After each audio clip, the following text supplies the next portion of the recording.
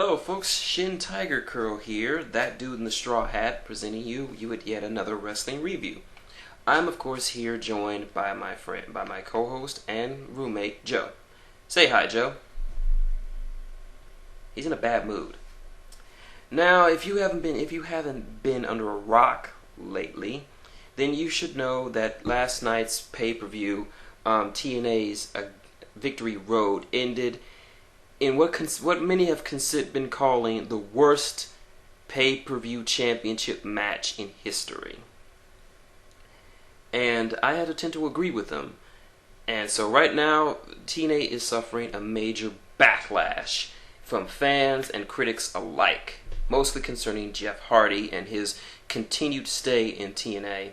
I've also received some reports that his only punishment for appearing inebriated during his title match last night was a week off from TNA. I'm tempted to make another video about that, but I'll get to that later. Right now, it's Monday night. You know what that means? It's time for Raw. Let's see if Raw can wash some of the taste that was left from Victory Road last night. Alright, got my notes. Let's get started. Raw opens up with a recorded segment from The Rock, and he's basically on the phone with the president, saying how that Cena's promo last week was to suck. Yeah, that's right. Even he agrees with it, and John Cena gets called to his office. Only it's not John Cena; it's a little kid. Now, what follows is perhaps one of the most degrading and funniest promos, not just by The Rock, but ever done. The Rock just basically destroys Cena up and down, and just gets rid of any cred the guy might have. I can't really get into much detail about it, but look it up on YouTube. It'll be on there in a couple of hours, so look it up. Already, I'm smiling already. This is a good Raw so far. And Joe agrees with me. Next up, we get a look outside. We come back to the ring, and we find Michael Cole, Josh Matthews, and Jerry the King Lawler are doing commentary. If you're wondering how this is possible, seeing as how Jerry wants to murder Cole, Cole is sealed inside of a plexiglass cage he calls the coal mine. If this doesn't make Michael Cole look any more like a bitch, I don't know what does.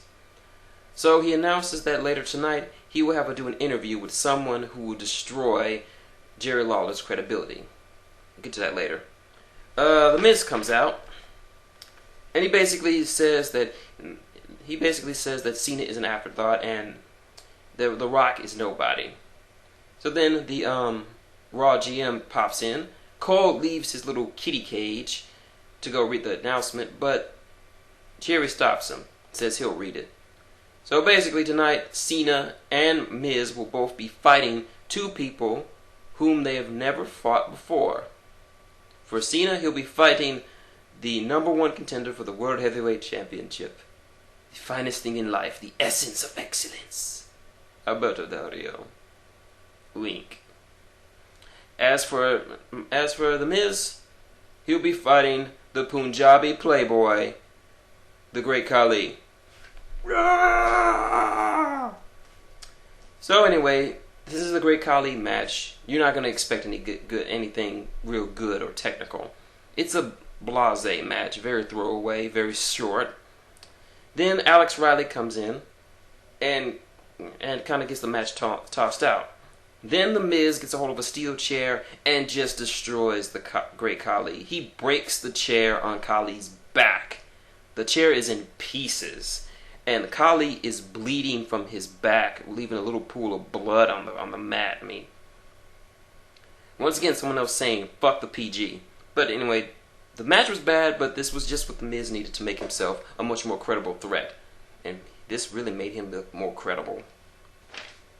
Alright, next up, after a commercial break, we get a short segment backstage as John Morrison, the sexy, is talking it up with the guest host of Raw, Snooki from the Jersey Shore.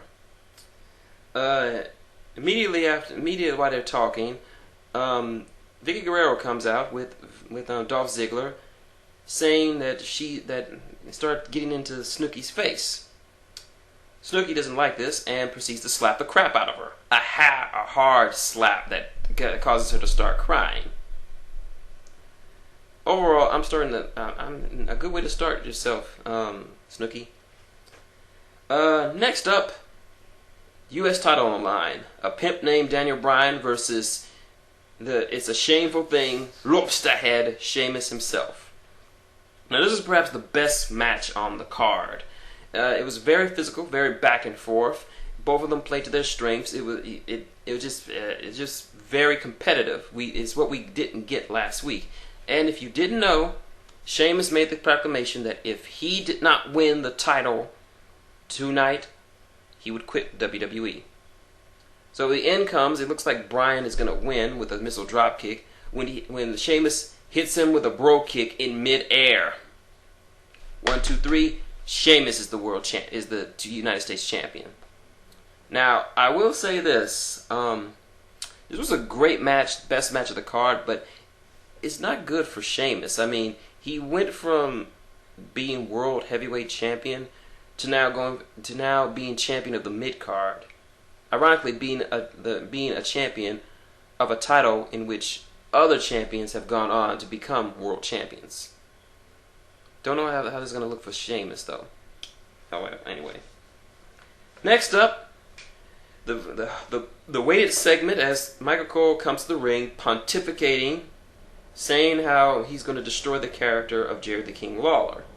He talks about how Lawler's so sensitive about him talking about his family, so the person who's going to talk bad about him is family. None other than Jerry the King Lawler's son, Brian Christopher. For those who don't know, Brian Christopher, a.k.a. Grandmaster Sexay, comes out, and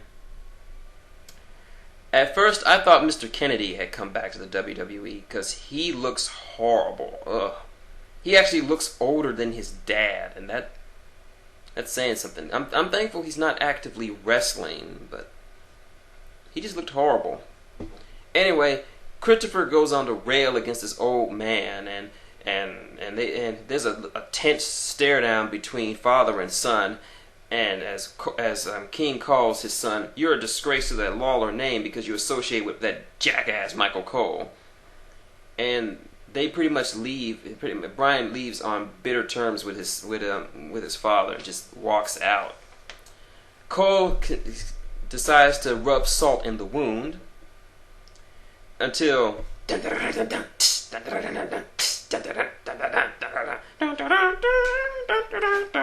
right. Good old JR comes to the ring, and he basically calls out Michael Cole, saying, "What the hell are you doing? Why are you doing this? You're not the voice of the WWE. I wasn't the voice of the WWE. The fans are the voice of the WWE." And so as he's leaving, Cole continues to stir the pot by calling him a gutless coward. JR decides, okay, you want to do this? Oh, let's do this the old Oklahoma way. Takes off his jacket, takes off his cowboy hat, rolls up his sleeves. He's like, come on, let's do it. It doesn't look like these two are finally going to duke it out. Swagger attacks King, and then gets in the ring and attacks JR, putting him in the ankle lock. Then Jerry jumps in the ring and briefly gets rallied back, but the numbers game, and he gets an ankle lock. And then Michael Cole slaps the ankle lock on JR, and you can hear JR saying, "God Almighty!" What a professional! Even when getting his ankle, I wouldn't say his ankle broken, but even getting his ankle being somewhat torqued, he still commentates better than Michael Cole. And just to let you know, JR never tapped. I mean, if Michael Cole was putting you in an ankle lock, would you tap? Mm-mm.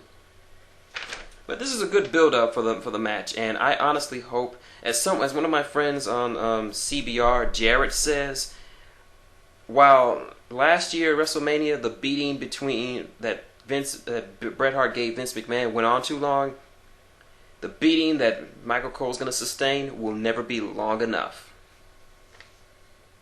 Next up, Randy Orton versus Welsh Tista, aka Mason Ryan, the last member of Nexus that stands between Randy and CM Punk. And also, quick note that we got a quick shot in the crowd of Randy's wife and daughter. Gotta say, Randy Orton's got good taste. Anyway, this was nothing to write home about. It was a typical squash match. But Randy does pull another awesome RKO out of his bag. And RKO's Mason Ryan. 1, 2, 3. All of the new Nexus are banned from WrestleMania, so it's one-on-one. CM Punk, Randy Orton. He goes outside the ring to confront Punk, who was standing on the ramp the entire match, but says, "You know what? I'm gonna put him in the head." Gets back in the ring and quickly punts Mason in the head just as Punk gets in the ring, and Orton shows his O face right in Punk's face, like, "Come on, come on, come on, come on, give me a chance, come on, hit me, come on, let me rape you, let me give you your ass, come on." And Punk's like,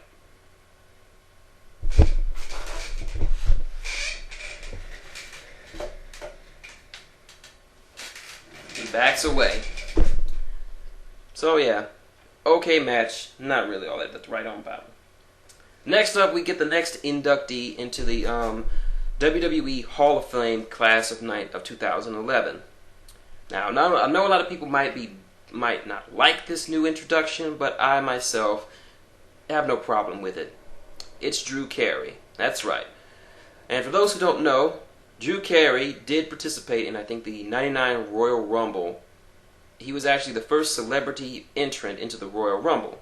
Sure, he didn't eliminate anyone, and he kind of eliminated himself, but still, that's saying something. So, I really have no problem with this. I mean, Bob Urlacher is, or Urdecker, or whatever his name is, in the Hall of Fame.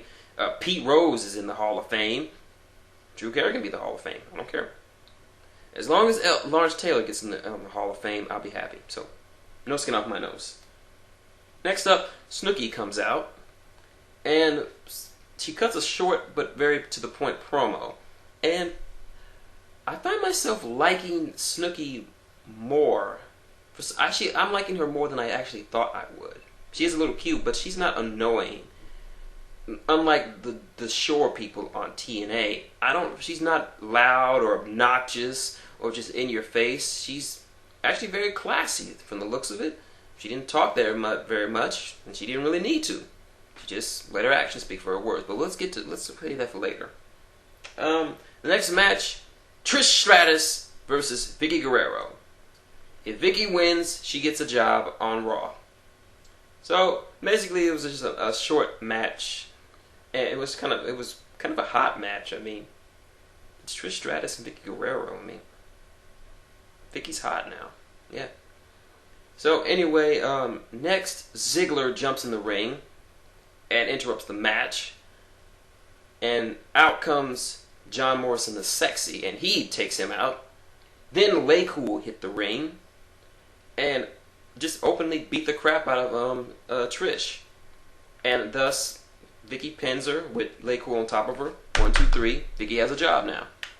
Now, this is very confusing to me because I didn't know this was a no DQ match. And it's not like all this happened behind the ref's back. The ref was in the ring, standing up, eyes open. He had eyesight, fairly good eyesight. So, unless the Raw GM made this a no disqualification match that I didn't hear about, I have to question the ending. So anyway, they're celebrating the ring, and Mrs. Undertaker Michelle McCool turns her attention to Snooki. Snooki is not sweating her, which I admire. She pushes Snooki, but Snooki says, I ain't having this shit. So she pulls her off the apron, hitting her head. Then she gets in the ring and pulls off a very good Lou Thesz press on Layla and just starts laying her out. McCool gets back in the ring, and she gets taken out by Trish in a Lou Thesz press. So as Vicky scrambles from the ring and her little cohorts scramble from the ring, you could hear Ziggler say, "Morrison, what are you doing here? You're not even a girl!" You're getting up there on me, Ziggler. So anyway, Vicky gets on the mic and says, "You have no idea what you've done, little girl. How about this? You and your little friends versus Lay Cool and Dolph Ziggler, WrestleMania." And Snooki calmly and smoothly says, "You're on, baby." So yeah, as much as I don't like seeing, even though I would rather see a Money in the Bank match, this is an okay match. A lot of people on the CBR forums are saying this will ruin WrestleMania for them. Not for me. I mean, there's going to be one or two matches on WrestleMania's card that you won't personally like. I know I don't. This is a take it or leave it match. I really couldn't care less for this match. It's, you know, it's up in the air. I mean, sure, it's got Ziggler and Dolph in there to make interesting, but still. But I will say this.